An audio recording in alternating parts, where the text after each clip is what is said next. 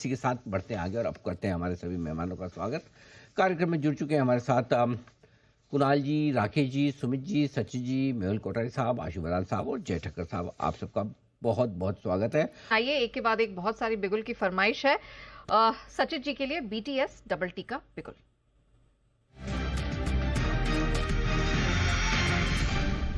Sachin ji good afternoon, बताएं क्या stock पसंद आ रहा है?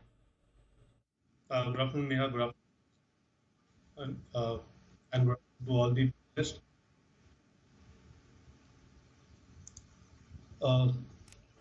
ओके, जी सचिन तो जी, HPCL मुझे काफी पसंद आ रहा है। इनफैक्ट जिस तरीके से यहाँ पर स्ट्रक्चर है, एक बुलिश पेनेंट फॉर्मेशन है।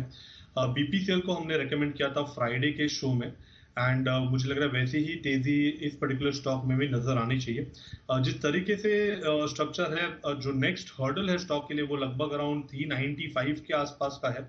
तो ये ब्रेकआउट जो एस्टैब्लिश हुआ है, मुझे लग रहा है उसके वजह से ये मोमेंटम अगले कुछ दिनों के लिए कंटिन्यूड रहना चाहिए इररिस्पेक्टिव ऑफ मार्केट कंडीशंस। यहाँ पर स्टॉप लॉस आपको 355 पे लगाना है on a closing basis, and fresh long position add करनी है HPCL के फ्यूचर्स में 390 के टारगेट के लिए। ये है आपके लिए राय इस वक्त HPCL पर आती है। अच्छा, एक बिगुल तैयार है सचिन जी के लिए BTSTT का।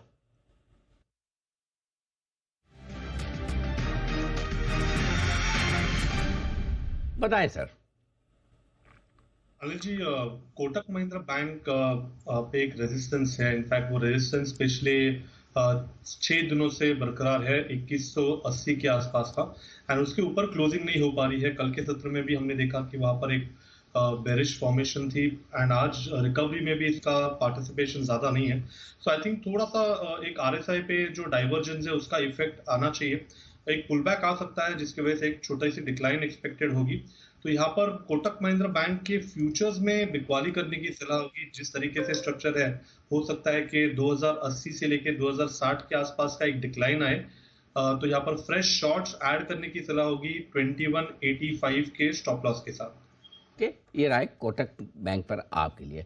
नीचे में लोगों ने लिया है, ये बात साफ दिख रही है। तो एक बार नेस्ले और HUL, सचिन जी, इनके दोनों के चार्ट्स पर आपको जरा नजर डालनी है। और अगर दो चार्ट्स हैं, दो बड़ी कंपनियों के चार्ट्स हैं, अगर इसके लिए अगर आपको समय चाहिए तो हमारे पास 3:30 बजे तक काफी समय है।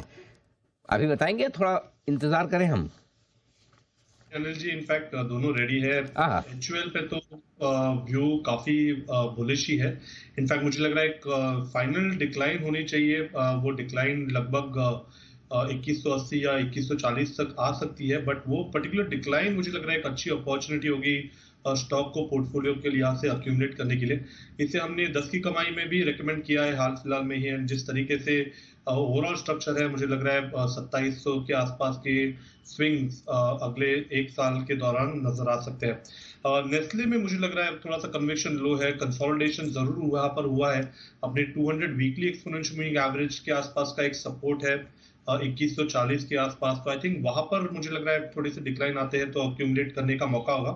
बट एक बड़ी तेजी मुझे नजर नहीं आती। मुझे लग रहा है कि थोड़ा सा ये स्टॉक सब्ड्यूड रह सकता है। So on the higher side 2500 के आसपास एक कैप है। तो रिवॉर्ड टू रिस्क अपॉर्चुनिटी मुझे लग रहा है HUL में काफी शानदार है। तो डिक्लाइंस अगर वहां पर मिलते हैं तो हेल्दी होंगे, एंड एक काफी बड़ी तेजी HUL में नजर आ सकती है। ऑलराइट, चलिए तो FMCG स्पेस और दो बड़े नामों पर ये राय बनती हुई सचिन जी की तरफ से अभी कुछ है। आइए कुछ एक और स्टॉक्स पे जरा फोकस कर लेते हैं और देखते हैं क्या राय बन रही है। KPIT टेक, यहाँ पर कुछ स्ट्रेंथ के साथ कारोबार होता हुआ दिखाई दे रहा है। ओके सचिन जी, जरा बताइए क्या करना है। नेहा, थोड़ा सा साइडवेज स्ट्रक्चर ही है। इनफैक्ट एक रेंज नजर आ रही है 1450 से लेके 1150 तक की। मुझे लग रहा है इसी पर्टिकुलर रेंज में ये थोड़ा सा ऑस्किलेट होगा। काफी दिनों से अपने 200 डे एक्सपोनेंशियल मूविंग एवरेज के नीचे ये ट्रेंड हो रहा है। तो अगर थोड़ा सा पुल बैक भी आ जाता है तो मुझे लग रहा है वहां पर थोड़ी सी प्रॉफिट बुकिंग करनी चाहिए।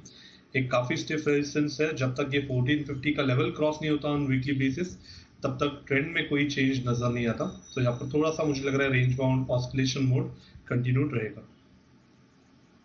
चलिए तो KPIT टेक में फिलहाल ये राय बनती भी कुछ और। बीच एक स्टॉक और है जो आज गजब का प्रदर्शन करता दिखा है, मरा पिटा हुआ स्टॉक कल्याण ज्वेलर्स। आज 12-13% के बड़े उछाल के साथ टॉप गेनर बनता हुआ दिख रहा है। सचिन जी, चार्ट्स देखिए, राय दीजिए, क्या वनडे वंडर है या फिर कुछ दम है?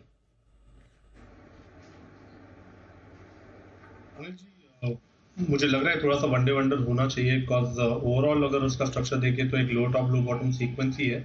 एंड जिस इंटेंसिटी से ये प्राइस यहाँ पर एक्सपैंड हुई है, एक मेजर हर्डल के नजदीक वापस आ रही है, जो इसका 200 डे एक्सपोनेंशियल मूविंग एवरेज है, जो लगभग अराउंड 550 के आसपास प्लेस्ड है। तो आई थिंक थोड़ा सा अगर एक्सटेंड भी होता है तो आई थिंक वहाँ पर थोड़ा सा एग्जॉस्शन आ सकता है।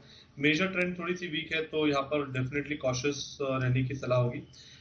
ब्रेकडाउन मुझे लग रहा है वापस 480 के नीचे नजर आना चाहिए।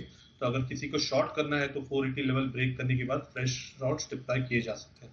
ओके, ये है आपके लिए राय कल्याण ज्वेलर्स पर इंडेक्स आज का स्टार परफॉर्मर और हीरो यहाँ पर बड़ी तेजी बनती हुई दिख रही है। विदा लेने का है वक्त। हमारे सभी मेहमानों को देंगे धन्यवाद, शुक्रिया। कुणाल जी, राकेश जी, सचिन जी और सुमित जी, आप सबका धन्यवाद। धन्यवाद मेहुल कोठारी साहब का, सनी अग्रवाल साहब का, जय ठक्कर साहब का और आशीष सर का भी बहुत बहुत शुक्रिया आज हमारा साथ देने के लिए। कल सुबह बड़े दिन है, वीकली एक्सपायरी का भी दिन है, ट्रम्प के टैरिफ का असर का भी दिन है। आप सबसे फिर सुबह होगी मुलाकात। फिलहाल मुझे और नेहा को इजाज़त दीजिए और बस छोटा सा ब्रेक, जल्द लौटेंगे।